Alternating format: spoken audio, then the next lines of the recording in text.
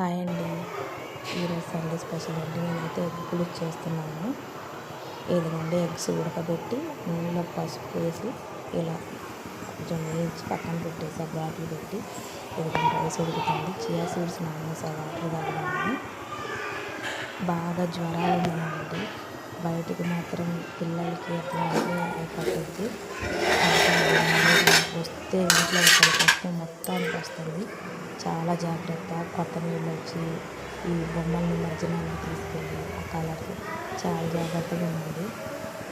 ఇదిగోండి ముందుగా గిన్నె పెట్టేసి గిన్నెలో నూనె వేసి కొంచెం గుడ్లు వేసి పక్కన పెట్టాను. ఆ నూనెలోనే జీలకర్ర వేసాను. ఒక 4 మీడియం సైజు ఉల్లిపాయలు వేసుకొని కోసి 2 పచ్చిమిర్చి బాగా వేయించి దాంట్లో అల్లం పేస్ట్ వేసాను. అది కూడా బాగా మగ్గినాక ఉప్పు కారం గరం మసాలా వేసేసాను. వేసేసి బాగా చింతపండు పులుసు పిండాను.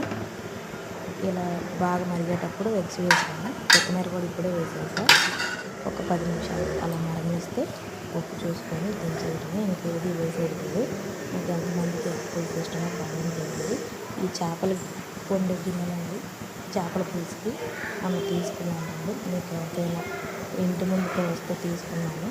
మీకు ఎవరికైనా కావాలంటే కామెంట్ చేయండి. Thank you.